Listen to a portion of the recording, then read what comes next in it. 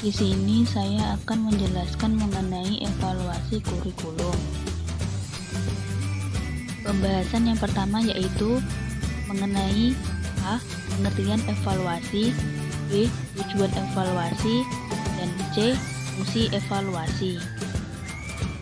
Yang kedua yaitu mengenai evaluasi makro dan evaluasi mikro. Pengertian evaluasi.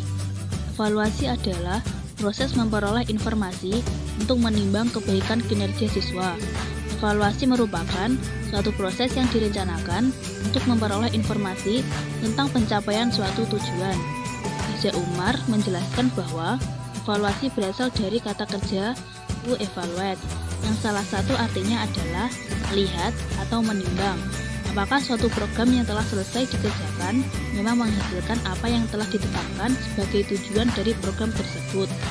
Dengan demikian, yang dimaksud evaluasi adalah kegiatan yang sistematis untuk menilai rancangan, implementasi, efektivitas, dan dampak suatu program. Sementara itu, yang dimaksud dengan kurikulum adalah seperangkat rencana dan peraturan mengenai tujuan, isi, dan bahan pelajaran, serta cara yang digunakan sebagai pedoman penyelenggaraan kegiatan pembelajaran untuk mencapai tujuan pendidikan tertentu.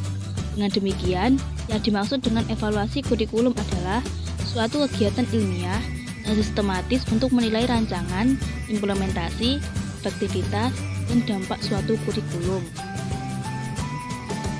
Tujuan evaluasi. Tujuan evaluasi adalah untuk melihat dan mengetahui proses yang terjadi dalam proses pembelajaran. Lalu evaluasi akan diperoleh informasi tentang apa yang telah dicapai dan mana yang belum. Sedangkan tujuan evaluasi kurikulum ialah A. Kebaikan program. Dalam tujuan ini, peranan evaluasi bersifat konstruktif karena informasi dijadikan input perbaikan program. B. Pertanggungjawaban kepada semua pihak. C. Penentuan tindak lanjut hasil pengembangan. Fungsi evaluasi. Yang pertama, fungsi formatif. Kedua, fungsi sumatif. Ketiga, fungsi diagnostik. Dan keempat, fungsi seleksi dan penempatan.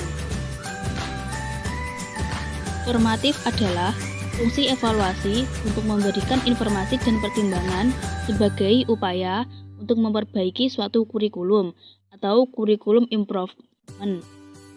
Sumatif adalah fungsi evaluasi untuk memberikan pertimbangan terhadap hasil pengembangan kurikulum. Selanjutnya, evaluasi makro. Evaluasi yang bersifat makro, sasarannya adalah program pendidikan, yaitu program yang direncanakan untuk memperbaiki bidang pendidikan. Yang terakhir, evaluasi mikro. Evaluasi mikro adalah program pembelajaran di kelas dan yang menjadi penanggung jawabnya adalah guru. Evaluasi mikro sering digunakan di tingkat kelas, khususnya untuk mengetahui pencapaian belajar siswa.